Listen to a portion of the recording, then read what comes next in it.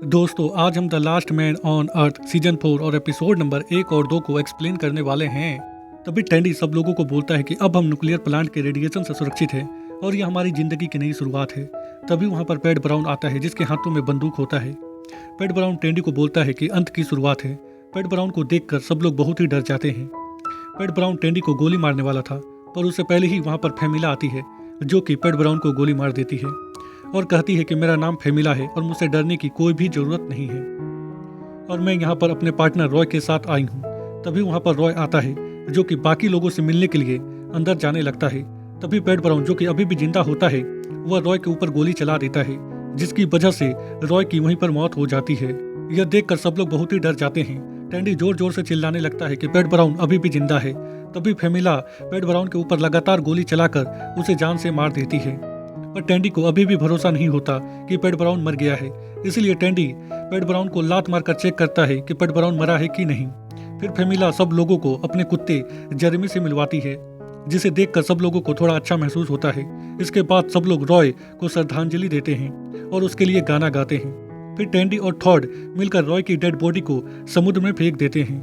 टैंडी सब लोगों को बोलता है कि हमें पैड ब्राउन के लिए भी 2 मिनट का साइलेंस रखना चाहिए। टैंडी की बात से सब लोग सहमत होते हैं, इसीलिए सब लोग पैड ब्राउन के लिए भी 2 मिनट का साइलेंस रखते हैं। इसके बाद टैंडी एक हथियार से पैड ब्राउन के गले पर लगातार वार करके उसके सिर को धड़ से अलग कर देता है, क्योंकि उसे डर लग रहा था कि कहीं पैड ब्राउन दोबारा जिंदा होकर वापस ना आ जाए। और यह चीज सुनिश्चित करने के लिए टैंडी पैड ब्राउन के सिर और उसके धड़ को 2 अलग दिशाओं में भेजता है, एक बोट में बिठाकर, ताकि पैड ब्राउन की दोबारा जिंदा होने की कोई भी संभावना ना हो।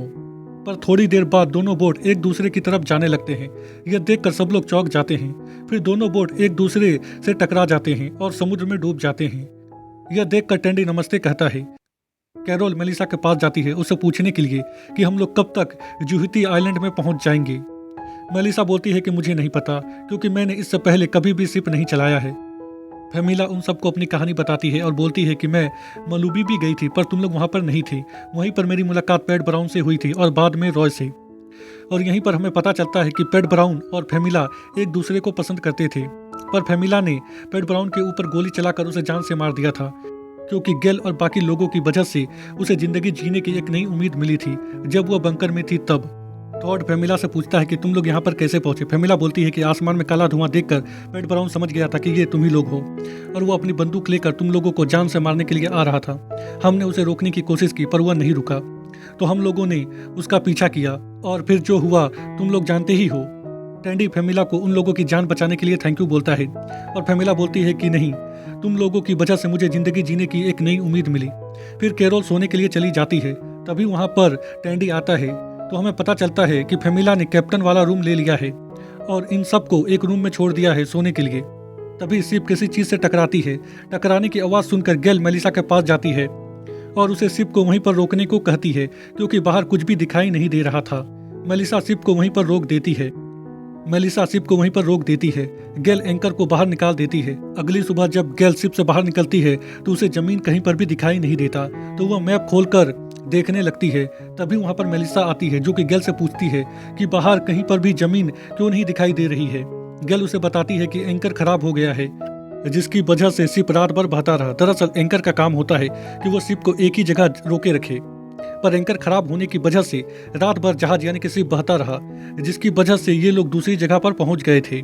तभी वहां पर टैंडी और थॉड आते हैं, पर गेल और मेलिसा उन्हें कुछ भी नहीं बताती, क्योंकि ये बात जानने के बाद सब लोग बहुत ही डर जाते। टैंडी फेमिला के पास जाता है गुड मॉर्निंग बोलने के लिए। तभी फेमिला बोलती है कि तुम्हारे भोर नहीं है, और इस बात पर दोनों हंसने लगते हैं। तभी वहां पर कैरोल आती है। कैरोल को टैंडी और फेमिला को एक साथ देखकर बिल्कुल भी अच्छा नहीं लगता, क्योंकि फेमिला को टैंडी के हर बात पर हंसी आ रही थी पर बाकियों को नहीं।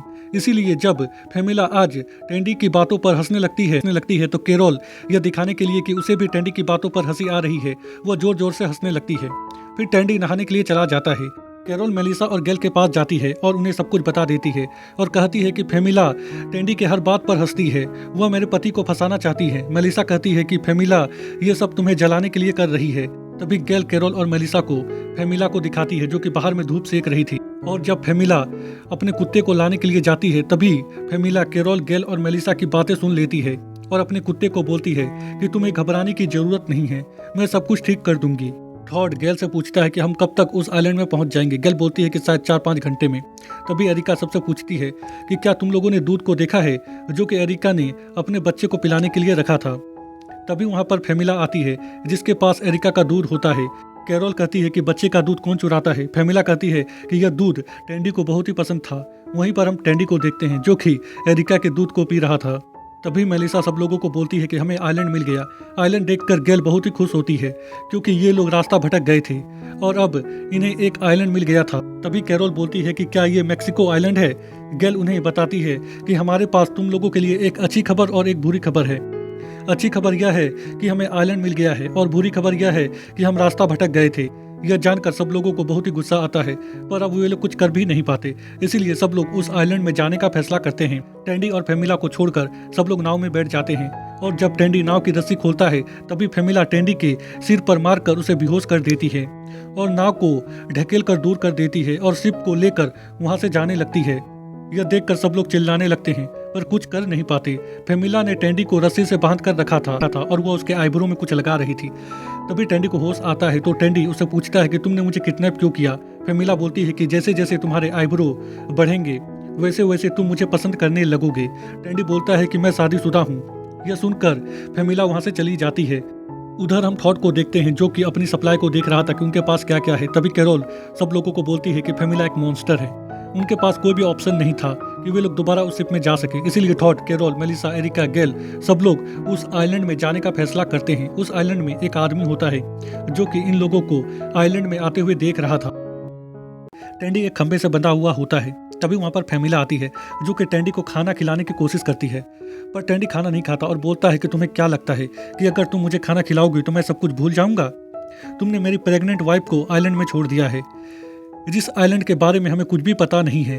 फेमिला कहती है कि तुम्हारी प्रेग्नेंट वाइफ मुझे उस आइलैंड में छोड़ने वाली थी। यह कहकर फेमिला वहां से चली जाती है। तभी टेंडी के दिमाग में एक आइडिया आता है। दूसरी तरफ हम थॉड और बाकी सबको देखते हैं जो कि उस आइलैंड में पहुंच चुके थे। तभी इन्हें झाड़ियों के पीछे से कुछ आवाज आने लगता है और जब थॉड झाड़ियों के पास जाता है तभी झाड़ियों से एक हाथ बाहर निकलता है जो कि थॉड के चेहरे को छूने लगता है और थॉड भी झाड़ियों के अंदर चला जाता है। किसी को भी कुछ भी समझ में नहीं आ रहा था कि थॉड कहाँ पर चला गया। तभी झाड़ियों के पीछे से एक आदमी दौड़ता हुआ आता है जिसे देखकर सब लोग बहुत ही डर जाते हैं। तभी थॉड झाड़ियों से बाहर निकलता है जो कि सब लोगों को बोलता है कि ग्लेन बस तुम लोगों को छूना चाहता है। ग्लेन फिर एक एक करके सब लोगों को छूता है ताकि उसे विश्वास हो जाए कि वह इस आइलैंड में अकेला नहीं है। दरअसल ग्लेन बहुत दिनों से इस आइलैंड में अकेला फंसा हुआ था पर अभी तक उसे कोई भी बचाने के लिए यहाँ पर नहीं आया था। ग्लेन बोलता है कि अब मैं घर जा सकता हूँ, तुम्हारी शिप कहाँ पर है, पर कोई भी उसकी बातों का कोई भी जवाब नहीं देता तो किसी फेमिला लेकर चली गई थी। टेंडी अपने बॉयफ्रेंड से बातें करने लगता है और ऐसा दिखाने की कोशिश करता है कि वह फेमिला को पसंद करने लगा है और बोलता है कि जब तक मुझे समझ में नहीं आ जाता कि मैं चाहता क्या हूँ तब तक मैं फेमिला से नफरत करने की एक्टिंग करूंगा। टेंडी की सारी बातें फेमिला सुन रही थी। तभी वहाँ पर फेमिला आती है जो कि टेंडी से पूछती है कि क्या उसे भूख लगी है। टेंडी गुस्से से बोलता है कि नहीं। फेमिला अपने कमर को मटकाते हुए वहाँ से चली जाती है। फेमिला के जाने के बाद टेंडी अपने बॉयफ्रेंड को बोलता है कि फेमिला मेरे बिछाए गए जाल में फंस चुकी है। कैरोल समुद्र के पास खड़े होकर जोर जोर से टेंडी चिल्ला रही थी। ग्लेन, थॉड और बाकी सबको उस जगह पर ले जाता है जहां पर वह इतने सालों से रह रहा था। तभी एरिका एक लकड़ी से बने पुतले को उठाती है और पूछती है कि ये क्या है। ग्लेन उन्हें बताता है कि यह कोई सेक्स टॉय नहीं है। जैसा कि आप लोग समझ रहे हैं, मैंने इसे बात करने के लिए बनाया था ताकि मुझे अकेला महसूस ना हो। फिर एरिका ग्लेन से पूछती है कि तुम यहाँ पर कितने सालों से हो। ग्लेन एरिका और बाकी सबको बताता है कि वह यहाँ पर 5 सालों से है। यह सुनते ही सब लोग चौंक जाते हैं क्योंकि ग्लेन को वायरस के बारे में कुछ भी पता नहीं था।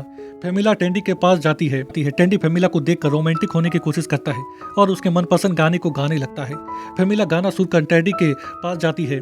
फिर ये लोग एक दूसरे को किस करने लगते हैं।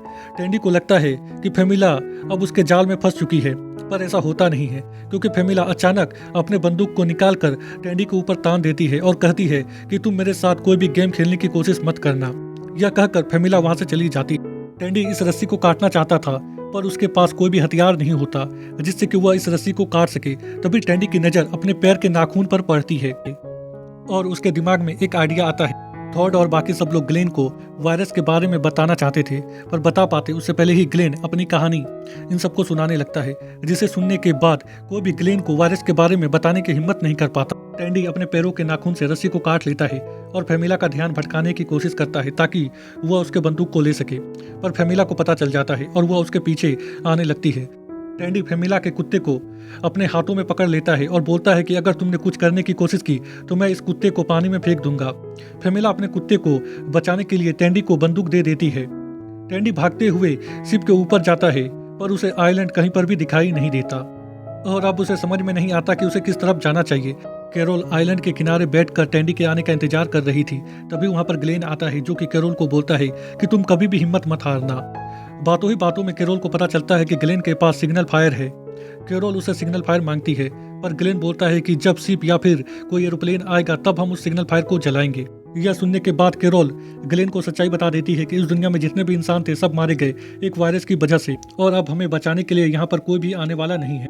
यह सुनने के बाद ग्लेन की सारी उम्मीदें टूट जाती है और वह वहीं पर खड़ा होकर समुद्र की ओर देखने लगता है।